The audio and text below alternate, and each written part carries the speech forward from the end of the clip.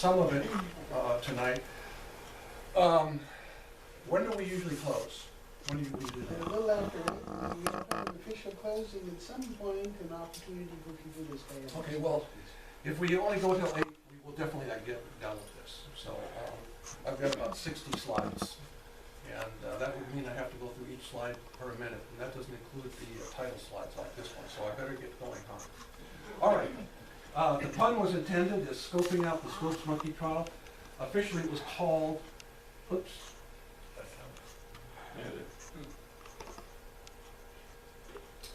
The State of Tennessee versus John Thomas Scopes, that's his full name, John T. Scopes. So I want to give you a little bit of background about this first. So, back when the century was turning from the 20th century to the 21st century, they were asking people questions. What was the greatest trial that ever happened? So some people said, well, maybe the O.J. Simpson trial was the greatest trial. Some people said, well, maybe Paula Jones' case, but no. The two candidates pale in comparison to the Scopes trial. Okay. It's called the Scopes monkey trial.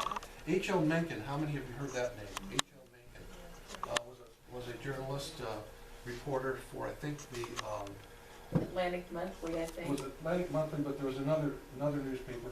Oh, he was vehement. Oh, he was so sarcastic for the creationists during this time. But he's the one that framed this as the Scopes monkey trial. He's the one that called it that. The trial began on July 10th, 1925. But the results of that trial, as Mark's already alluded to, still have ramifications today. It just blew the doors wide open in the public school curriculum for the teaching of evolution and what it did. By the way, Scopes lost the case, but that wasn't the main thing. Evolution is really what won in this trial. And Scopes' verdict was later overturned. He appealed his verdict, and it was denied. He appealed it to the Tennessee Supreme Court, and it was denied on several counts. They tried to get it overturned because of a technicality, and they were finally successful in overturning his conviction on a technicality. You want to know what the technicality was? Yes. The judge fined him instead of the jury. The judge fined him $100, and the judge could only fine anyone $50, and it was the jury that was supposed to have fined him anyway. And so the judge fined him $100, and he wasn't supposed to do that, the jury was. So Scopes was the teacher? Yeah, Scopes was a teacher. Scopes was a teacher. Anyway, 4 months earlier, in March of 1925, the state of Tennessee passed a law. It was called the Butler Act. And part of the Butler Act said, and I just give you an excerpt here, to teach any theory that denies the story of the divine creation of man as taught in the Bible, and to teach instead that man hath descended from a lower order of animals. That act made the teaching of that illegal. The irony, or the interesting thing, is that act did not make the teaching of evolution per se illegal. It only made the teaching that man evolved from lower animals illegal.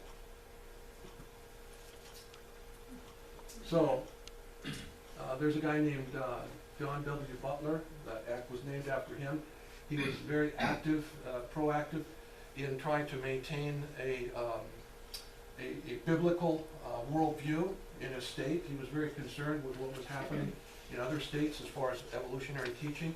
And so he lobbied the state legislature, and he finally got this act passed on March 25th, 1925, just about a few months before this trial occurred. But later he stated, I didn't know anything about evolution. I'd read in the papers that boys and girls were coming home from school and telling their fathers and mothers that the Bible was all nonsense. And of course that is a problem even today for parents, okay, especially those that send their kids to public schools. And a lot of parents are woefully ill-prepared to give answers to their kids. So they figure, well, their teachers must know what they're talking about, and it sure seems like they've got scientific evidence on their side, and the kids don't know enough to go in and dig for it themselves. They just take the teacher's word for it. And the teacher's got words, and it seems like the data, nice pictures that seem to show all this stuff fits it together like a nice, neat puzzle, when it really doesn't. Anyway, the governor signed the law, and he signed it to gain support of the rural legislators, but personally he believed the law would neither be enforced nor interfere with the education in Tennessee schools. In other words, he didn't think the act would have a big effect on what was going on, but he signed it anyway. And William Jennings Bryan thanked the governor. He was enthusiastic about the bill, and he said, "The Christian parents of the state owe you a debt of gratitude for saving their children from the poisonous influence of an unproven hypothesis," which it is, and it was. And so a lot of what you're going to see through this presentation, you know, Solomon says in Ecclesiastes, there's nothing new under the sun.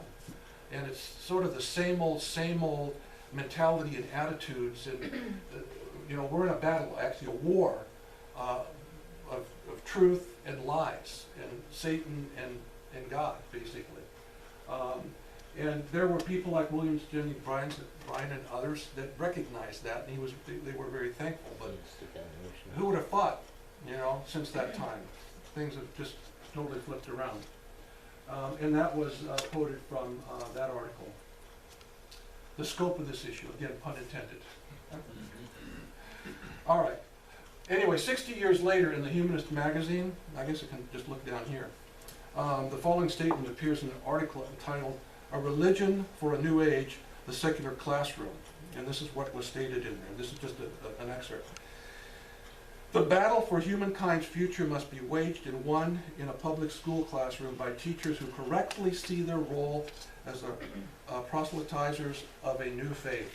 The classroom must and will become an arena of conflict between the old and the new, the rotting corpse of Christianity and the faith of humanism." Those are the stakes. These people understand that. They know that. Okay.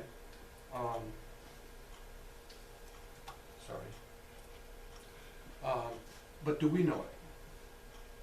So there's really, once you understand this issue, there's really no surprise as to what's going on in school systems these days.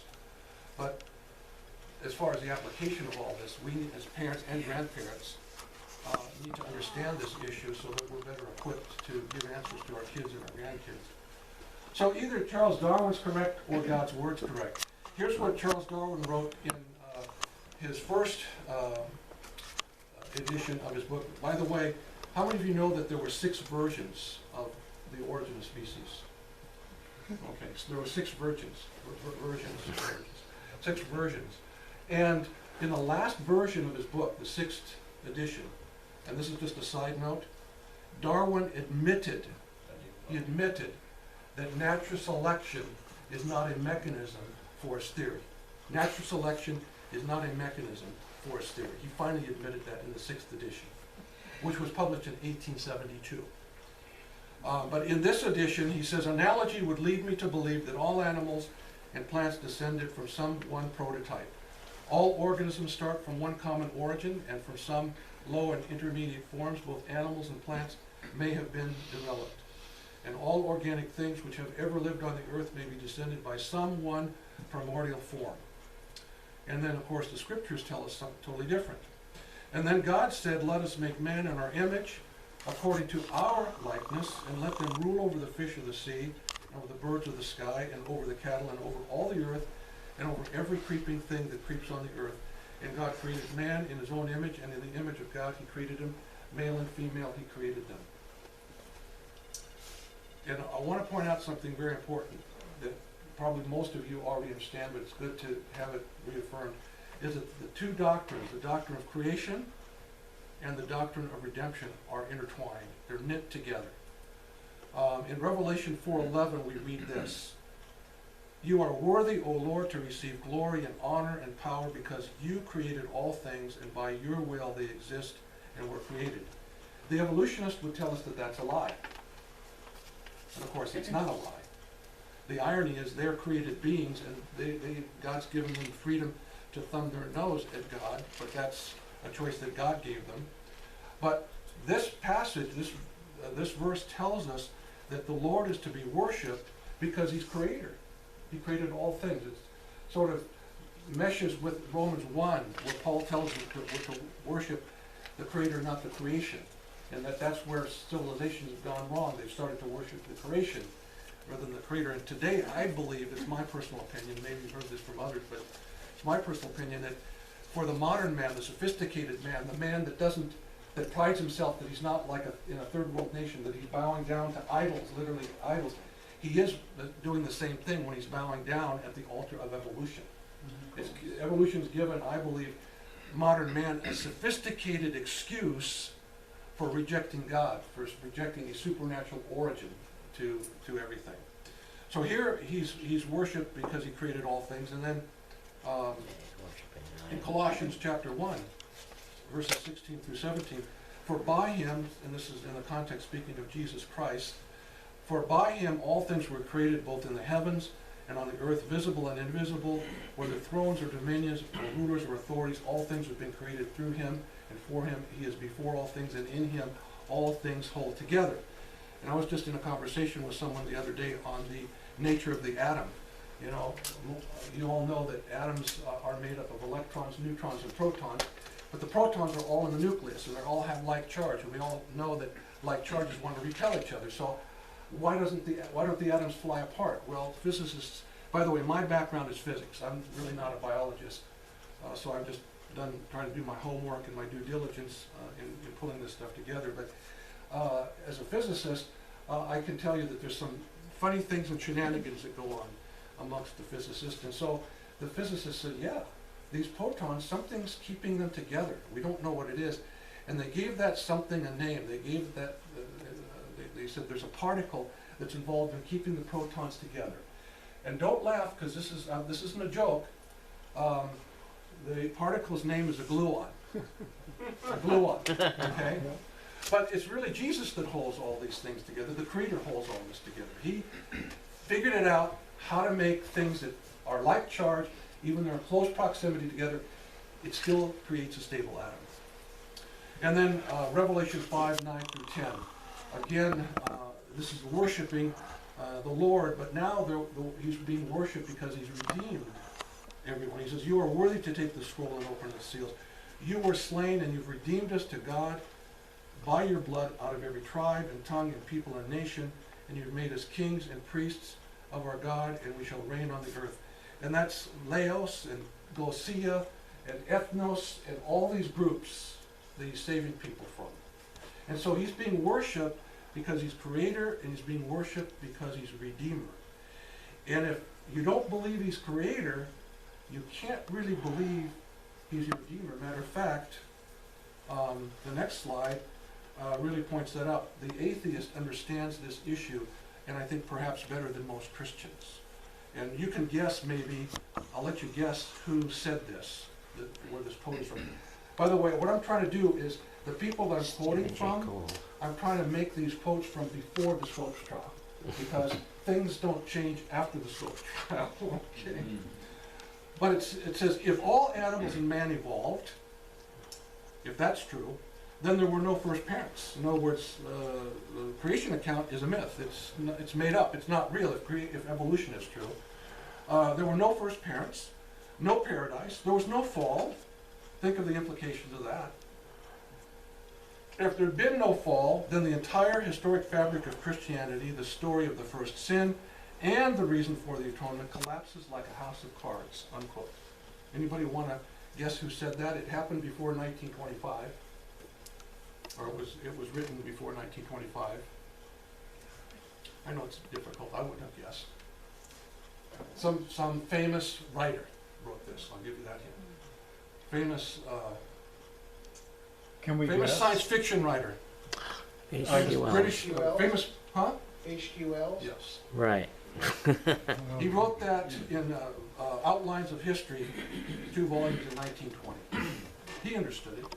Matter of fact, what's interesting The New World Order. that one of the lawyers, defense lawyers for Scopes, contacted Wells and wanted him to come in as a witness for the defense. Yes, he did. But he said, I don't have experience of law in Britain, in England, let alone in America, and he declined to do it. But he was asked to come to the Scopes trial as a defense for evolution. And this is why. It's in my He's article. very proactive in promoting evolution. The time was right for the Scopes trial. In the early 1920s, we call them the Roaring Twenties. It found social patterns in chaos. It was the roaring 20s. Traditionalists, the older Victorians, they worried that everything valuable was ending. Again, it doesn't seem like there's much new under the sun. Every generation goes through, we had most recently the generation gap, going on in the 60s and 70s and different things, but there's always this conflict, this tension between the old and the new. Now the 2000s. Yeah, the millennials. The millennials. But you know what's neat is the Word of God never changes. It's new and fresh. There's no generational gap in the gospel message. That's what I think is so neat about it. Is that when you're on the same page as a Christian, then, well, you're going to be put into a camp, and the camp is going to be the traditionalists, I guess. But the younger modernists, those were the flappers, I guess. They no longer asked, they didn't even ask whether society would approve of their behavior, only whether their behavior met the approval of the intellect. Intellectual experimentation flourished. Americans danced to the sound of the jazz age, showed their contempt for alcoholic prohibition, debated abstract art, Freudian theories, in response to the new social patterns set in motion by modernism. A wave of revivalism developed, becoming especially strong in the American South. There was a pushback in the United States against all this modernization of things, these new ideas, off-the-wall ideas, abstract art and modern ideas.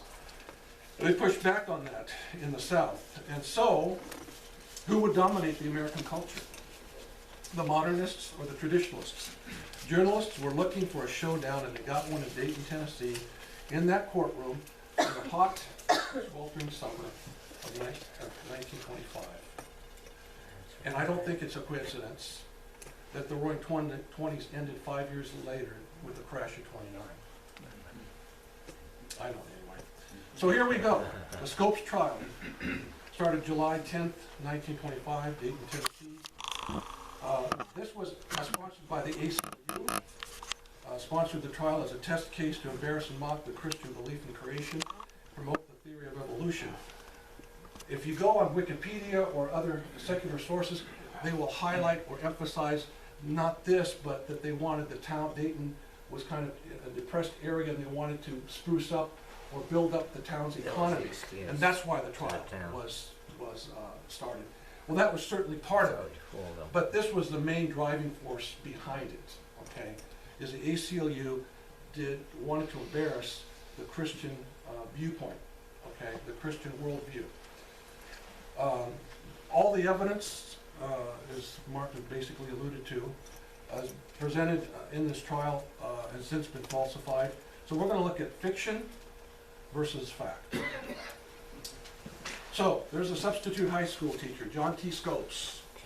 He was accused of violating Tennessee's Butler Act, which made it unlawful only to teach human evolution in any state-funded school. He himself afterwards said, I was really unsure whether he even taught evolution or not. You know, it's one of those things. It's sort of like the lady, I'm sorry I forget her name, that recently died in Roe v. Wade. Norma McCorvey Yeah, that she recanted. didn't have an abortion. She realized she was a pawn in all that. In a way, Scopes was not a pawn like she was, I don't think, if you study this. But he acted like he didn't know what was going on, but he knew what was going on. He was charged on May 5th, and he was indicted May 25th, and the trial started July 10th. As I said, the trial was staged by the ACLU to embarrass and expose the perceived bigotry of Bible-believing Christians.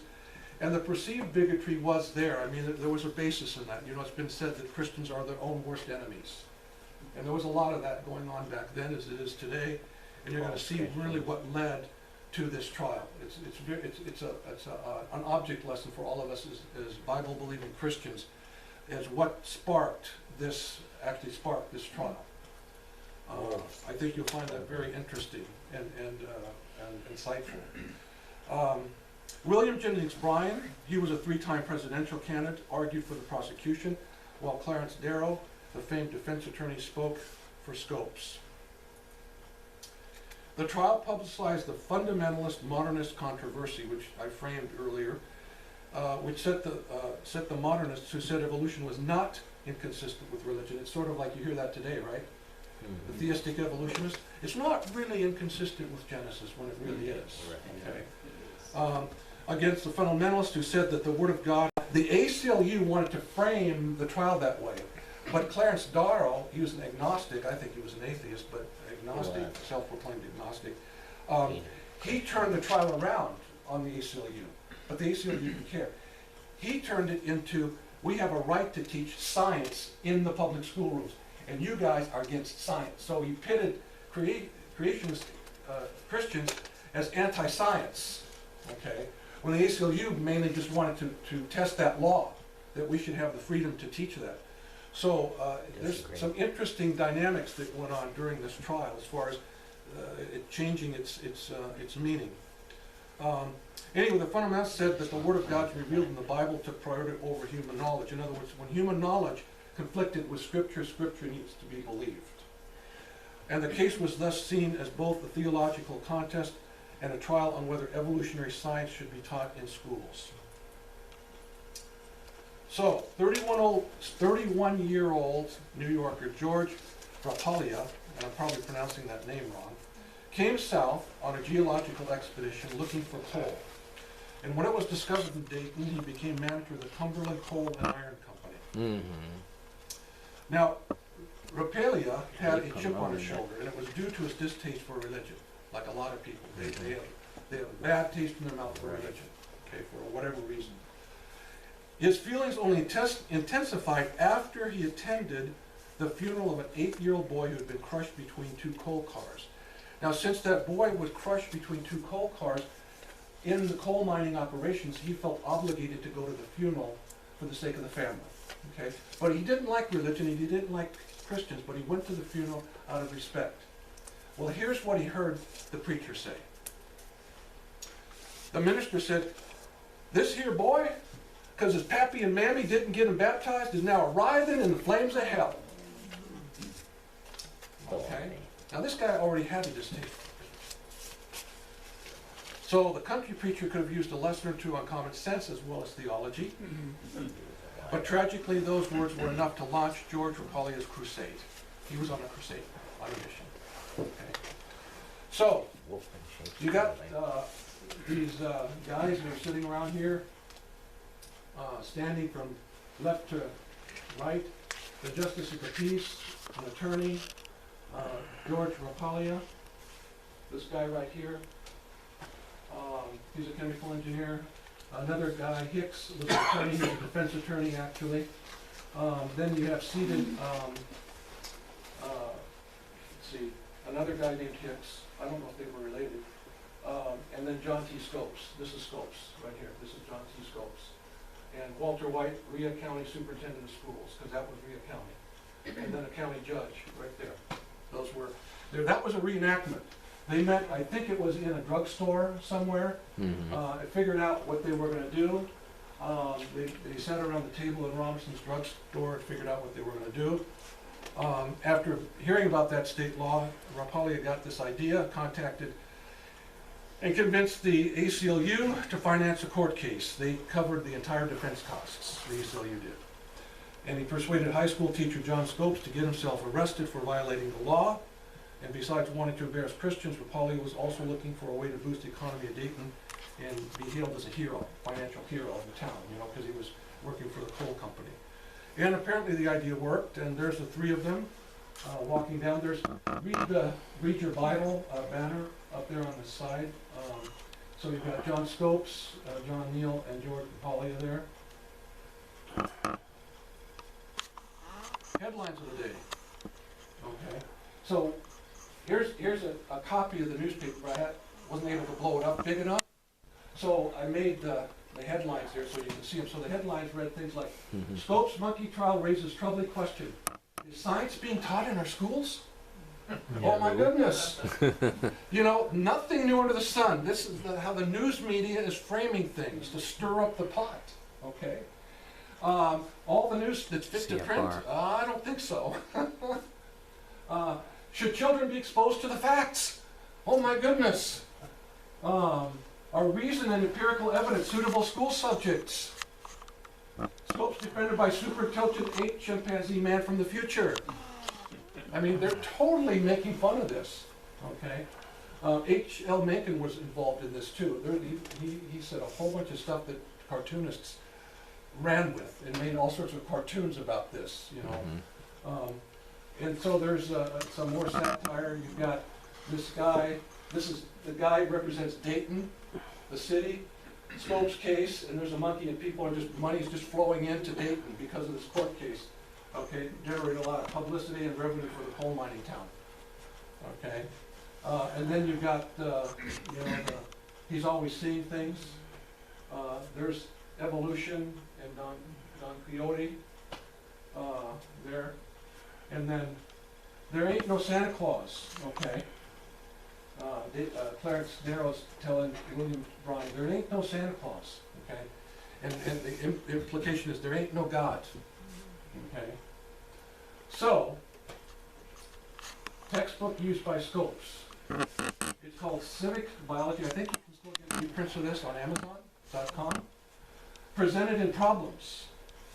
Now, what do you suppose the problems would be? Do you think they're problems with evolution? No, they were problems with how do we implement evolutionary ideas, eugenics. There are problems in applying the end of an evolutionary theory to society, and there are problems with how do we do that. Okay, that book was written in 1914, 11 years before the Scopes trial. And so this was a textbook that was in schools. Oh, it's This was a civic textbook. biology. Yes, civic biology. Civic biology. Yes, but that was taught in the classrooms, and that book did teach man's evolution from ancient ancestors that were apes and monkeys. Okay. So let's see, what did it say? So on page 196 of this textbook, under a subsection called the races of man, it says this: at the present time there exist upon the earth 5 races of varieties of man, each very different from the other in instincts, social customs, and to an extent in structure. These are the Ethiopians, or Negro type, originating in Africa, the Malay or brown race from the islands of the Pacific, the American Indian, the Mongolian or yellow race, including the natives of China, Japan, and the Eskimos, and finally the highest type of all, the Caucasian, is represented by the civilized white inhabitants of Europe and America. That was a textbook used. Wow. And there's actually a copy of that page in that book. Okay. On another subsection titled Remedy, on page 263, it reads, if such people were lower animals, we will probably kill them off to prevent them from spreading. Humanity will not allow this. Can't do that. Okay. There'd be a human upcry if we try to do that. We're throwing the frog in the hot boiling water if we did that. But we do have a remedy of separating the sexes in asylums or other places, and in various ways preventing intermarriage and the possibilities of perpetuating such a low and degenerate race, forced sterilization, for example. By the way, Sanger, Margaret Sanger, was very active during this time during the 20s, very active. This is all going on in the background. Yes. It's satanic forces, just sort of God's allowing it to be unleashed to separate the wheat from the chaff, I think. Okay, who's going to really stand for me? God is saying. Remedies of this sort have been tried successfully in Europe, and are not meeting success in this country. That was in this textbook that Scopes was teaching out of. Well, no surprise. That's not a surprise, because Darwin predicted an evolutionary legacy of racism and ethnic conflict. The full title of Darwin's book is this. Maybe some of you already know this. This is the full title of his book that was published in 1859. The Origin of Species by the Means of Natural Selection. Most of us already knew that, understood that, but it's subtitled, or The Preservation of Favored Races in the Struggle for Life. That was a subtitle of his book. In another book called The Descent of Man, Selection in Relation to Sex, that he wrote in 1871, a year before his final edition of Origin of Species, he wrote, at some future period, not very distant as measured by centuries, the civilized races of man will almost certainly exterminate and replace the savage races throughout the world. At the same time, the anthropomorphic apes will no doubt be exterminated. What did he mean by anthropomorphic apes? Negroes. Aboriginal peoples of Australia and Africa. Mhm. By yeah, okay, I already said that. He considered members of inferior races, Aborigines, for example, races that became fair game for extermination. Darwin continued in that book. The break between man and his nearest allies, in other words, the people that he came from, will then be wider, for it will intervene between man and a more civilized state, as we may hope, even the Caucasian and some ape as low as a baboon, instead of now between the Negro or Australian and the gorilla. He's saying when these races are exterminated, there'll be more opposite in the poles. It will be Caucasians and apes rather than Caucasians and Aborigines. Okay? Darwin unwittingly, and I'm going to give him credit here a little bit, maybe I shouldn't, but he unwittingly promoted racism. I don't know what he was thinking. He said there was a superior race of men, and some were on their way up, but they hadn't arrived where we are today. Little wonder that Hitler felt justified in declaring, "I have the right to exterminate an inferior race that breeds like vermin." And he was talking about the Jews, in this case, as an inferior race. Now this extermination of the Aboriginal peoples in Australia was still occurring in the mid-1950s. I taught a class on creation where I had a slide similar to this, and he came up to me afterward and said that his father had a friend who went to Australia to kill Aborigines in 1955. They went there, they called them abs. I'm going there on an ab killing. We're going to ab kill. Okay. Also, if anybody's seen Tom Selleck in the movie Quigley Down Under, that's what that was about. I think it was the year 2000 when the Summer Olympics were held in Sydney, if you remember, there was a major presentation on apologizing for what the country had done to the Aborigines. I don't know if you remember that or not, but there was a big apologetic venue, whatever, that was going back to claim accountability for that and say, yeah, we were wrong in doing that. Okay. That was going on until the 1950s. And that's all based on evolutionary theory. Now, is that fair criticism? Well, ignoring what Darwin himself taught, some people may still object to the charge that the theory of evolution is racist by saying something like this. Well, wait a minute. Many people use the Bible to justify slavery, but you wouldn't want to say that the Bible is bad? Well, what about that? Well, that's true, but there's a big difference. Reading regarding the theory of evolution, racism is a correct application of evolutionary teaching regarding the Bible. Slavery is an incorrect interpretation of scriptural teaching. Okay? So, here's the evidence now. So now we're finally into the trial. So, one of the evidences was Ernst Haeckel's drawings. These were put out in 1868. The top row are his pictures, okay, of a fish, a salamander, a turtle, chicken, and a rabbit and human in their embryonic stages. And what he's trying to show is this is evolutionary history of these various animals because they evolved from each other, okay, show similarities in the embryos because of that fact, because their evolution happened. There is recapitulation, it's called, recapitulation of the evolutionary history in the embryonic state. Well, the actual pictures of the actual types of animals are in the lower row. That's what they actually look like at the same age. So you can see that those pictures are totally inaccurate. But this is still used in some textbooks, high school textbooks, as showing proof for evolution. It was shown at the Scopes trial as proof for evolution. Just the top row. They didn't have the bottom row at the time. They just had the top row. Okay. This is the famous ontology recapitulates phenology. Phylogeny.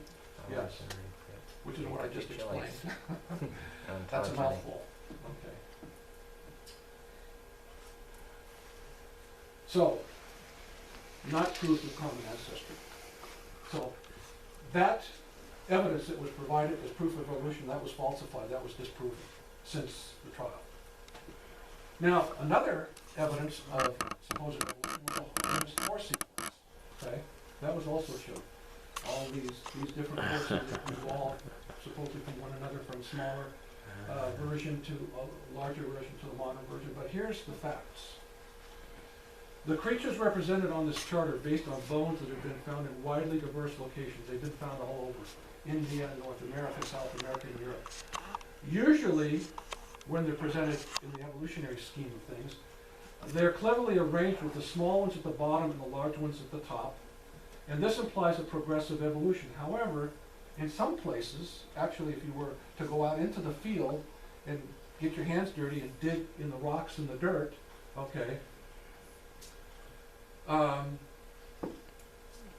two or more of the horse series have been found buried together in the same layers. So they couldn't even be like each other. But it gets worse than that. In Florida, fossil bones of 7 different kinds of horse, supposed horses, have been found together in the same cataclysmic burial place. In one South American location, the order of the sequence was actually reversed in the rock layers. So that's no proof.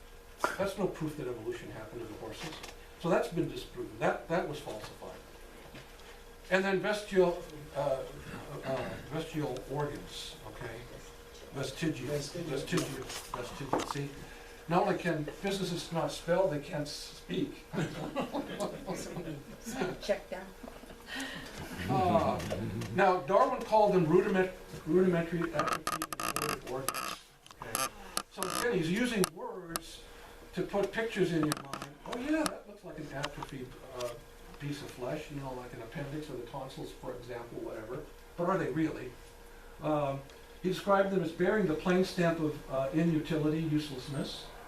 Darwin said they are extremely common or even general throughout nature. And he speculated that they once served a function necessary for survival, but over time that function became either diminished or non-existent. Okay?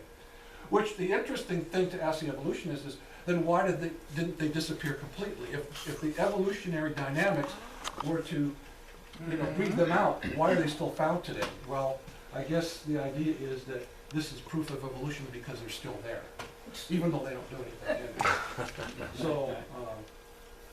So he considered about a dozen of man's anatomical features to be useless, including the following: muscles of the ear. My dad used to really be able to move his ears. Wisdom teeth, the appendix, the tailbone, body hair, and the semilunar fold in the corner of the eye. Okay. Now, later on, there was a guy named Robert Wiedersheim. I know vegetables. That's an inside joke. When I was in grade school, we were reading out loud in a book, and they asked me to read, and I was being German, and I was only here in the country for a little while, just learning to speak English. We came to this part where there was a vegetable man selling vegetables out of a vegetable cart, and I came to that part, and I said, "Vegetables." Vegetables. And that followed me throughout my grade school career. And it was so embarrassing. It's like the kids did not forget that. That's rather Okay. picturesque, though. Vestigial. Okay, I got it. Vestigial. Maybe I'm not going to say that word again.